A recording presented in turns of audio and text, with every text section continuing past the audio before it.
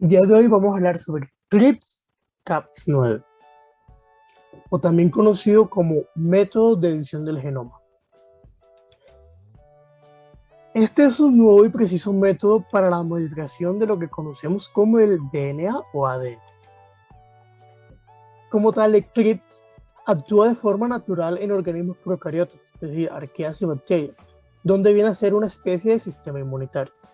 En este caso, Charpentier y Dodona idearon la forma de aplicarlo artificialmente y con otras finalidades completamente distintas a las que se conocen. Esta era aplicarlo en organismos eucariotas, entre ellos los seres humanos. Así es donde se abrió la ruta hacia posibles nuevas terapias contra el cáncer y la cura de enfermedades hereditarias.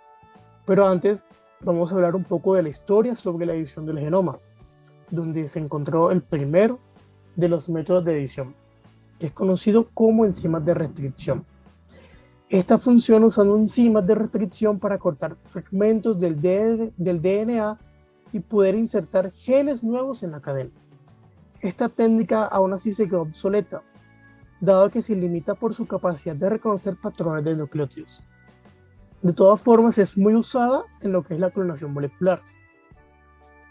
Y así partimos al Zinc Finger Nuclease, que es una técnica que permitió tener más precisión sobre el sitio que se quería editar. Pero tiene un problema, que era muy difícil de implementar en segmentos con poca guanina, por lo cual era poco eficiente por su naturaleza modular. Y aquí es donde partimos al CRISPR-Cas9. Este es el uso de guías y de una proteína para dirigirse a zonas elegidas del ADN y cortarlo. Pero el CRISPR no es una herramienta, sino que son las siglas en inglés para repeticiones palindrómicas cortas, agrupadas irregularmente interespaciadas. Los CRISPR son segmentos del DNA especializados que se encuentran principalmente en organismos procariotas, que se distinguen por dos características: la presencia de secuencias de nucleótidos repetidos y espaciadores que van intercalados entre los nucleótidos repetidos. Aquí donde viene lo que es el Cas9, que es el CRISPR Associated Protein 9, que es la asociación del CRISPR con la proteína Cas9, que necesita de dos proteínas más conocidas como Cas1 y Cas2, que son las que guían el CRISPR hacia el Cas9. Tenemos diversos métodos para utilizar este método, en lo cual tenemos el primero, que es donde tenemos el sistema inmune de bacterias que funcionan al momento de que entra un material genético exógeno a la célula.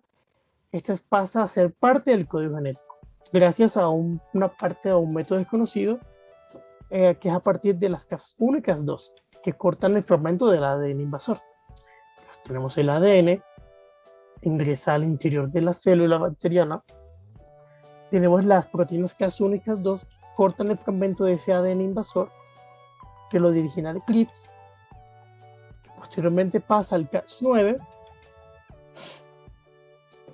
la cual tiene una actividad como de nucleasa, que en palabras simples es buscar e inutilizar el material genético invasor.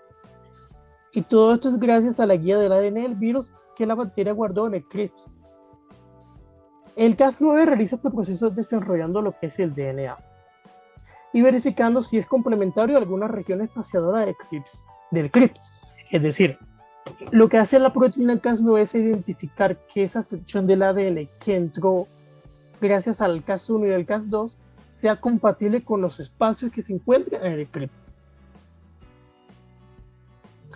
Y también tenemos un método algo distinto, de la vez muy parecido, que es donde tenemos una guía simple de la red que pasa directamente al Cas9. Es decir, no hace falta que las Cas1 y Cas2 corten las secciones del ADN, porque ya tenemos una guía como tal, ya tenemos un segmento en específico que va a pasar directamente a la proteína Cas9 y va a definir el corte para pasarlo directamente al CRISPR. Pero claro, tenemos ciertos problemas, que es que esto puede fallar debido a que existen demasiadas secuencias de nucleótidos que pueden estar repetidas en distintas partes del ADN. Si tenemos pocas secuencias, es más fácil para este método identificar cuál es la que se quiere cortar. Pero si tenemos demasiadas secuencias repetidas va a ser muy difícil, lo cual puede variar demasiado este proceso. Y aquí es donde pasamos a las aplicaciones, que en general son muchísimas las que se pueden hablar, pero importantes para de la bioingeniería podemos hablar de tres, que son la edición genómica, que es un corte directo de la doble cadena del DNA. Tenemos la edición de los nucleótidos, que son demasiado importantes, pero se tiene que dar directamente en la fase de la traducción y la transcripción del DNA. Y la edición genómica de las plantas o también de los animales.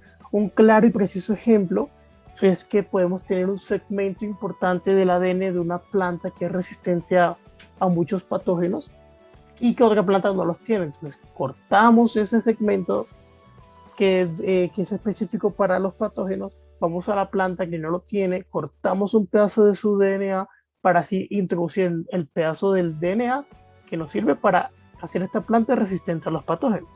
Eso es demasiado importante porque así tenemos plantas modificadas genéticamente, plantas transgénicas que nos pueden producir muchos más frutos y pueden resistir a muchos más cambios climáticos como también a patógenos que las pueden afectar.